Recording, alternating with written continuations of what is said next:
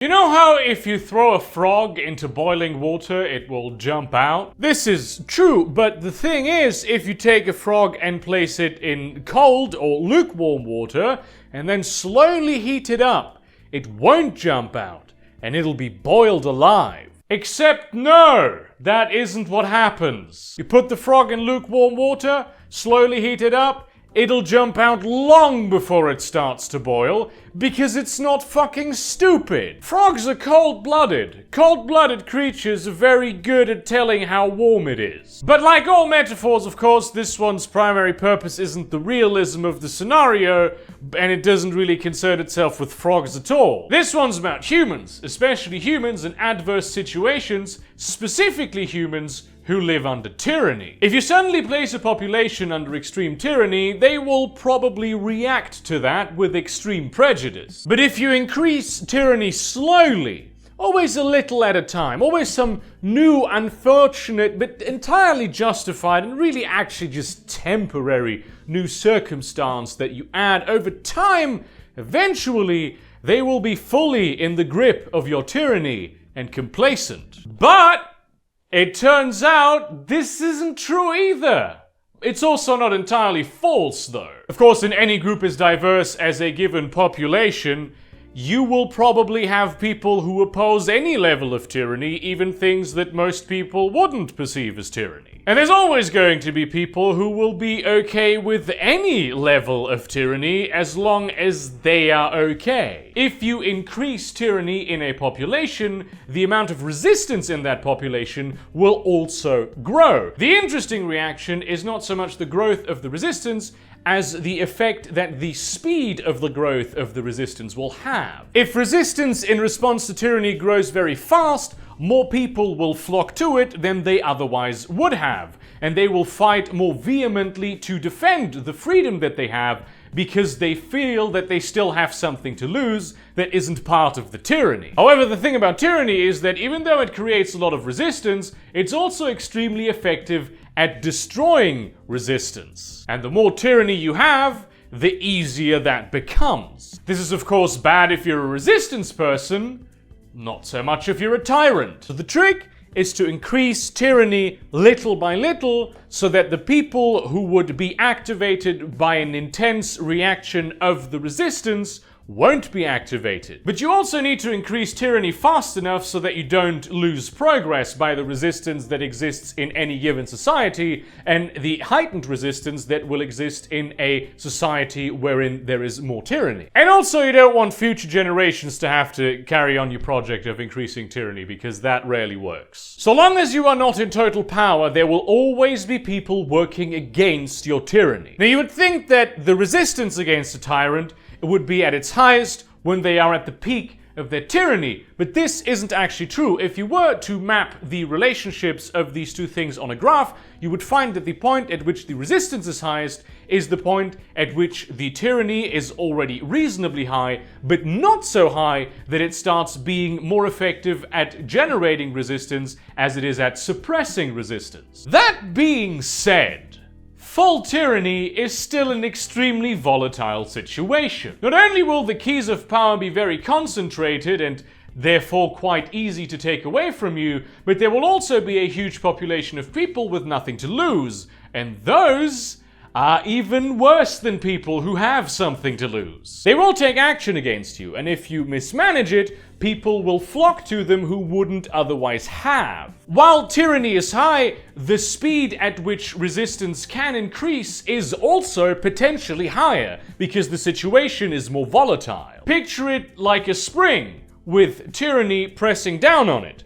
The more compressed a spring is, the more explosive energy it can release at any given moment. The problem is that when you are a tyrant, because the keys to power are so concentrated, sometimes you will have to mismanage things. Because your primary concern isn't so much enacting the best policy, if the best policy is opposed with the interests of maintaining the tyranny. And those who will try to take these keys away from you will not always necessarily be internal forces that you can control and crush resistance in, but oftentimes outside forces, foreign agents who will try to give supplies to the people with nothing to lose and activate more and more potential resistance. This has often been the mechanism by which many tyrannies over the millennia have been eliminated. The loaded spring is the frog, and much like the frog will jump if given the chance, so will the spring. The main problem with the analogy is that the frog dies,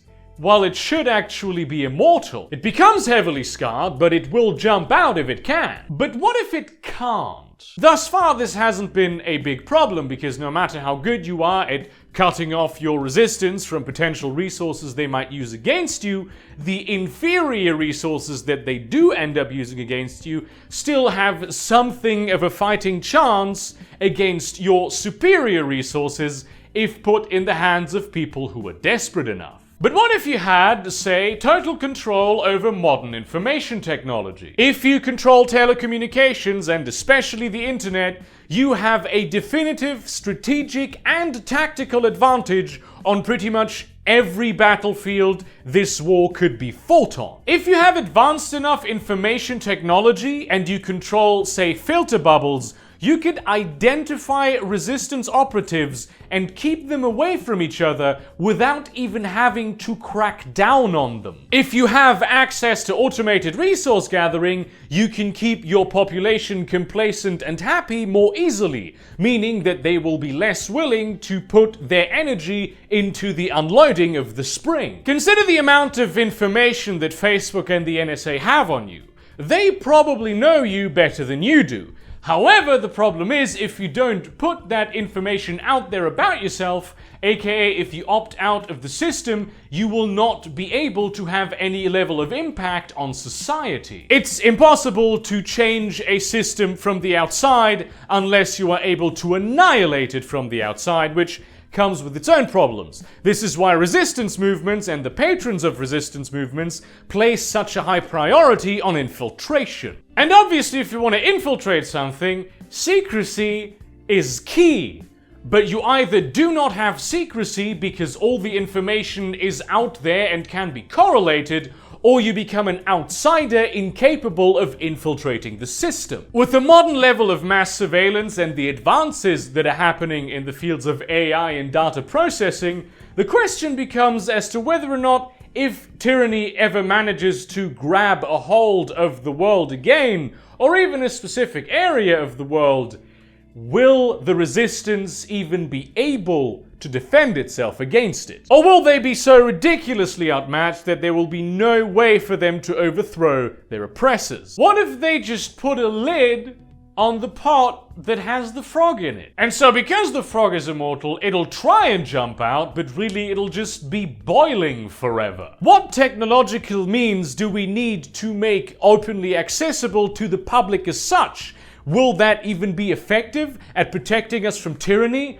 Or maybe is it already too late? Have we passed the point where we can effectively defend ourselves against the tyrants? China is super tyrannical. There's a lot of potential for resistance there, but they are very good with mass surveillance. They have very effective technologically enforced censorship. They have really smart methods of controlling people through social media. Is it even possible for resistance to actually properly form in China to a degree where it is actually a threat to the Chinese Communist Party? This is why, even though the frog does in fact jump out, stuff like this, early warnings for these horrible tyrannical situations that a society can find themselves in, hyperbolic warnings, you might even say, are still incredibly useful. They sensitize us to the signs of coming tyranny, so we have the opportunity to act while we are still at that point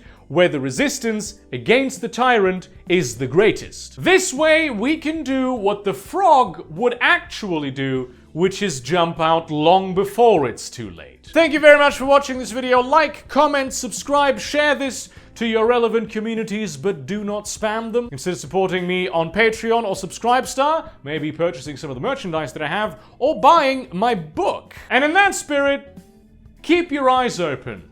Be sharp, because there is tyranny in the world. There is tyranny in the Western world even. It's just that there's very little of it. But then again, that could grow. And see you around, cunts.